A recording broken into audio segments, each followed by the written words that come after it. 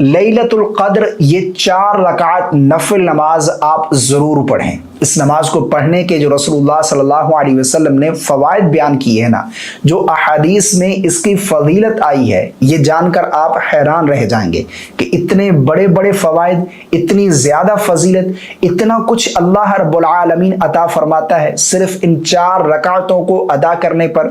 یہ کون سے نوافل ہیں، کس وقت ہم نے یہ نوافل ادا کرنے ہیں، ان کی نیت کیسے کریں گے اور اس میں کیا کچھ پڑھا جائے گا، مکمل طریقہ آپ لوگوں کو بتانے جا رہا ہوں۔ لیلۃ القدر یہ نوافل آپ نے ضرور پڑھنے ہیں، اور یہ جو رات ہے یہ بہت فضیلت والی رات ہے۔ یہ رات 1000 مہینوں سے افضل رات ہے۔ اس رات میں 1 گھنٹہ عبادت کرنا 9 سال عبادت کرنے سے بھی افضل ہے۔ 1 سیکنڈ عبادت کرنا 22 گھنٹے عبادت کرنے سے بھی افضل ہے۔ تو جہاں ہم اس رات میں دیگر نوافل کا اہتمام کرتے ہیں، تو یہ 4 رکعت نفل نماز جو رسول اللہ صلی اللہ علیہ وسلم نے بتلائی ہیں، یہ ہم نے ضرور ادا کرنی ہے، تاکہ اس کے پڑھنے کی جو فضیلت ہے وہ تو میں ابھی حدیث پاک آپ لوگوں کے سامنے بیان کرتا ہوں، تاکہ آپ کو اندازہ ہو کہ اس کے پڑھنے کے فوائد کتنے بڑے بڑے ہیں، کتنی زیادہ فضیلت ہے، کتنا کچھ اللہ رب العالمین عطا فرماتا ہے ان 4 رکعتوں کو ادا کرنے پر۔ جس طرح کہ ابن ماجہ کے اندر روایت موجود ہے، اور یہ حدیث نمبر ہے 1376۔ حضرت ابن عباس رضی اللہ تعالی عنہما سے روایت ہے کہ رسول اللہ صلی اللہ علیہ وسلم نے اپنے سکے چچا حضرت عباس کو ارشاد فرمایا، اے عباس، اے چچا جان، کیا میں تجھے عطا نہ کروں؟ کیا میں تجھ پر احسان نہ کروں؟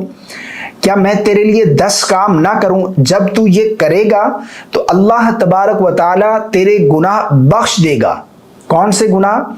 وہ پہلا گناہ ہو، آخری گناہ ہو، نیا گناہ ہو، پرانا گناہ ہو، جان بوجھ کر کیا گیا ہو، انجانے میں ہو گیا ہو، چھوٹا گناہ ہو، بڑا گناہ ہو، رازداری سے یعنی چھپ کر کیا گیا ہو، یا پھر اعلانیہ کیا گیا ہو، اللہ رب العالمین ان 4 رکعتوں کو ادا کرنے کی برکت سے پچھلے تیرے سارے گناہ بخش دے گا۔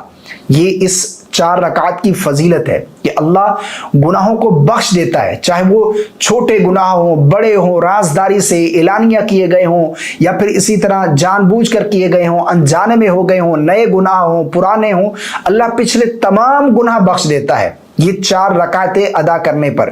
یہ 4 رکعتیں کون سی ہیں، اس کے پڑھنے کا طریقہ بھی خود نبی کریم صلی اللہ علیہ وسلم نے بیان فرمایا ہے، آگے چل کر میں آپ لوگوں کے سامنے بیان کرتا ہوں۔ اس کے بعد آقا کریم علیہ الصلوۃ والسلام نے ارشاد فرمایا، اگر تو ہر دن میں یہ نماز پڑھنے کی طاقت رکھے تو اس طرح کر، یعنی ہر روز پڑھو، اگر نہیں تو ہر جمعے کو 1 دفعہ پڑھ لو، اگر اس طرح نہ کر سکو تو ہر مہینے میں 1 دفعہ پڑھ لو، اگر یوں بھی نہ کر سکو تو زندگی میں 1 مرتبہ یہ نماز ضرور پڑھو۔ تو ہم یہاں دیگر نوافل کا اہتمام کرتے ہیں، تو یہ نوافل ہمیں ضرور ادا کرنے چاہیے۔ ان نوافل کے پڑھنے کی یہ فضیلت ہے کہ اللہ گناہوں سے پاک کر دیتا ہے، چاہے سمندر کے جھاگ کے برابر ہی کسی کے کیوں نہ گناہ ہو، اللہ تمام کے تمام گناہ بخش دیتا ہے۔ اور ایک مسلمان کے لیے اس سے بڑی اللہ کی نعمت کیا ہوگی کہ اس کے گناہ بخش دیے جائے، اسے بخشش عطا کر دی جائے، اور یہ لیلۃ القدر والی رات اسے بخشش نصیب ہو جائے۔ اس سے بڑا انعام اللہ کی طرف سے اس بندے کے لیے کیا ہوگا؟